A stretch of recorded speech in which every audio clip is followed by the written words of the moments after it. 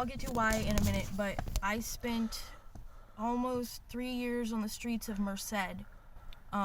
And one day my best friend comes up to me and says, "Hey, we're leaving." And I'm like, "Okay, right now?" And he goes, "Yeah, right now."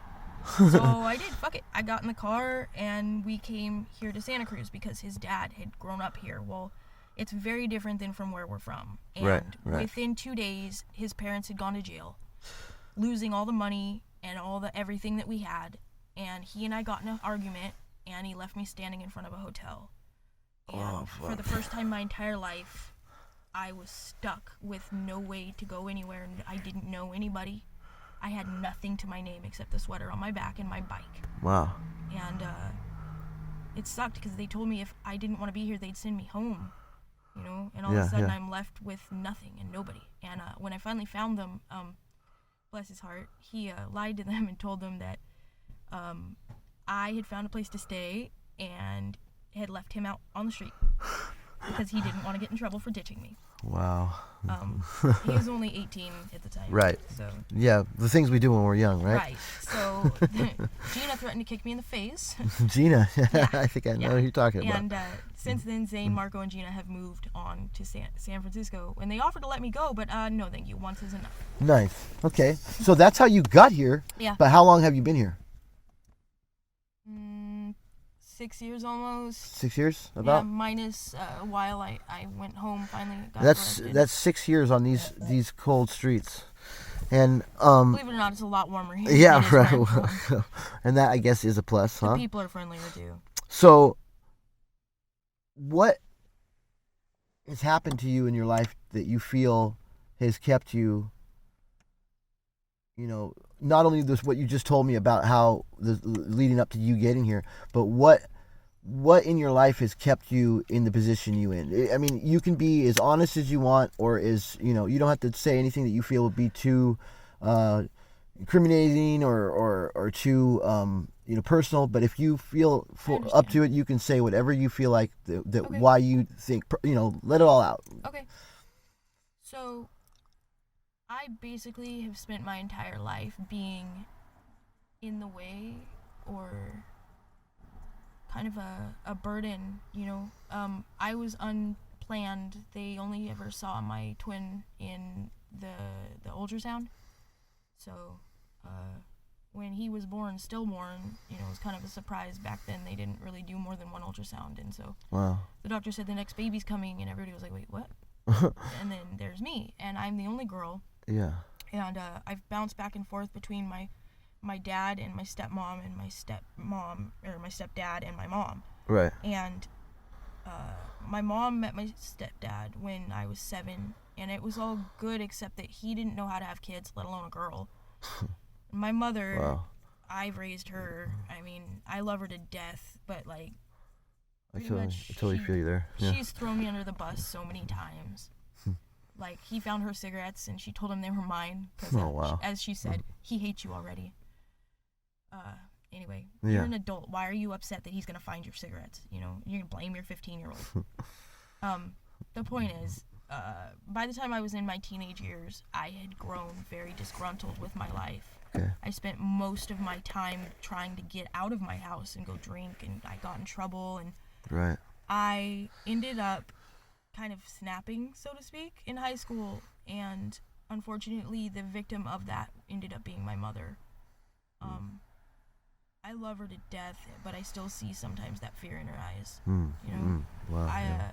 They charged me as an adult with arson and terrorist threats, and that still sticks with me to this day. Of course. Big time. Yep. I timed out in a group home, and when I turned 18, I met my first, I guess, major person I was with. We had Partner, 4 kids together. Wow. Wow. I got pregnant back to back, one right after another. Irish twins. Yeah. Yeah. And I loved my kids. I mean, they made my life worth living. For the first time, I wasn't that angry teenager anymore. Right. I learned patience when I didn't think I had any. Wow. Yeah. And I totally get you. Yeah. it's like, I know you're feeling absolutely what you're talking sometimes you can't do anything but take a deep breath because you go back to get the next one out of the bathtub, and Katniss is back in the bathtub in her pajamas because you just weren't fast enough. about. And What's your kids' names? Okay, so from oldest to youngest, Yeah. Persephone, Yep. Beautiful. Billy Joe, Okay. Katniss, That's a different thing. and Andy. Nice. Billy Joe's the only boy. That's awesome. Those are some good names. Yeah, they're beautiful. They're my everything. And where are they now? So that's the part where everything falls apart, so to speak. It I usually does. am a very private person, and I'm very loyal. And my mother once told me, you hitched your wagon to a dead horse. My ex was not very good to me. As a matter of fact, he was downright awful. And a lot of the time, I took it on me to protect my kids. Mm-hmm. And when I left him, he was so upset about it that after he managed to put 2 and 2 together, because I was using and I shouldn't have been. Yeah. I should have stopped. Right. But for the first time in my life, I was happy, and I had all 4 of them by myself, and it's not an excuse. Right. But it's the reason. Okay. I was able to do things if I stayed up all night, and for the first time, I felt like Superman, and I didn't need him. Right. And he put 2 and 2 together, and he called probation because I was on probation due to issues from him getting the kids taken once before. And he called probation and told them he was in fear for his children's life. What a piece of shit. They arrested me, and I was honest about it. I told them I'd been using, and off one dirty drug test, they arrested me and took my kids. Because you were honest, right? Yes. And that's usually what happens in the world today. People are honest because they think that what they've been taught in their youth, that if you're honest, then everything will be okay. And but that's just the opposite. Right. You're honest and you get fucked. Your life's changed forever, and you're labeled a piece of shit right. forever. And mind you, he was in jail for having a continued substance abuse issue. This is the first dirty drug test I'd given over the whole course of time. He's the one that called the cops, so therefore he's in the right. Oh, get this. They released him early and gave him custody of our kids, even though he's had them taken twice. I once before got why I'm on probation is because I had child endangerment charges from allowing him to come back into the home.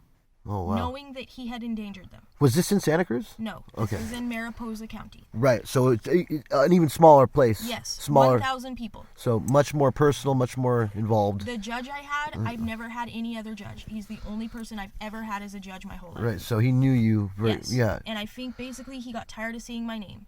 And so he made a very emotional choice, based not very professional, probably. Nate made the choice. He signed our kids over willingly when I was in jail. Yeah, I understand. And I tried to appeal that, but because I was in jail, I had no rights. Yeah, no rights. Yep. So that was that. I got out of jail thinking I was going to go home and pick my kids up from his mom's house. Right. Only to find my house broken into, everything I cared about gone, every baby picture torn out. Wow. And that's him horrible. taunting me, look what you did. Right. And I fell apart. Right. I stuck it out for about 10 days, and then I went to work one day, and I didn't come home. And now it brings us full circle. Now we know exactly why Mary is here, and what driving force was really behind your fall, from grace, so to speak. And I want you to know that I appreciate you letting me know that and letting us know that, because I know that was hard. And you'd be surprised how much we have in common. That's crazy.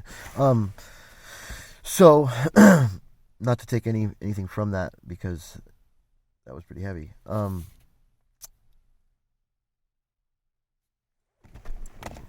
Does it bother you what society thinks of you or sees of you when you're on the streets or being on the streets? At first it really, really did, but see, the thing is, I've become comfortable with myself, and one part about being homeless is you learn what is actually important or what to be proud of. Right. And yes, it does bother me at times that we have such a bad rap, but at the same time, I almost take pleasure in proving people wrong about it. You go, girl. Yeah. And I just think everybody needs to take things on an individual basis, because I'm a good person. Right. And I have nothing to hide. I'm not ashamed of it. I'm more comfortable this way. Good. Okay. Well, what would you want society to see from you, or when they see you, what would you want them to take instead of what they feel or what you think they feel of you? What would you rather them see? If they were watching right now, what would you want them to know now that they've known a little bit more about you and your life? I mean, the pretty deep stuff. Like, how would you want them to treat you or see of you? That no matter what, even if there was nothing to gain from it, that I I've done the right thing, or I chose to do the right thing because it was the right thing to do. That I'm a kind, good person.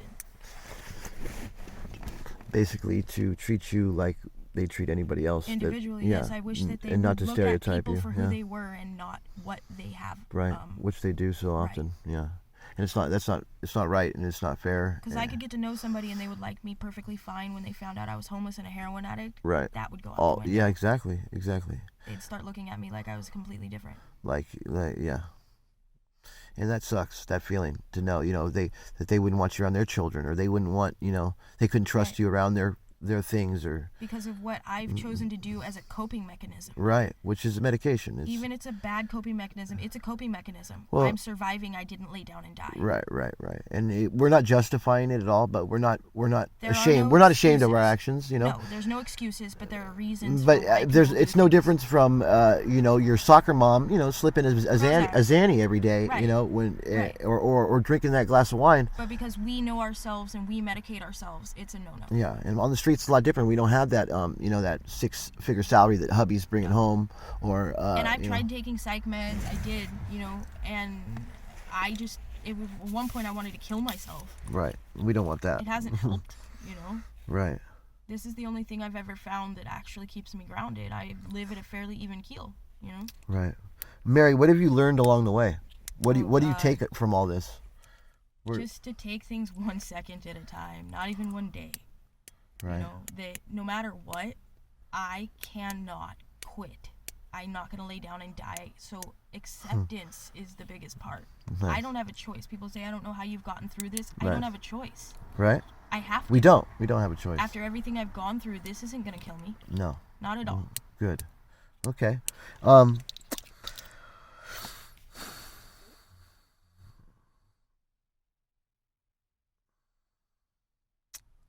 How would you feel if you could get help from the very people, society that look down upon you? If there was people out there that would be willing to help you, would you take it?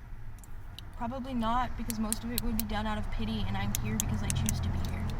What if it wasn't pity? What if they actually saw you as someone that just needed a little help? The thing is, I don't need a little help. If I wanted out of here, I would be getting out of here, and I am. I'm working on it myself.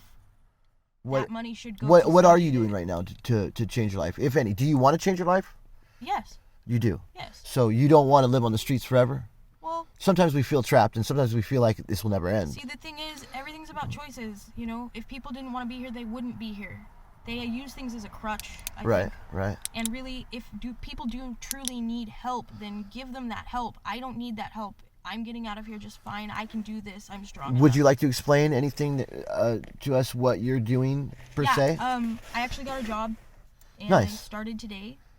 That's right, you did, didn't you? Yes. And congratulations. my first paycheck, I'm gonna fix my car. Awesome. And gotta have one of those.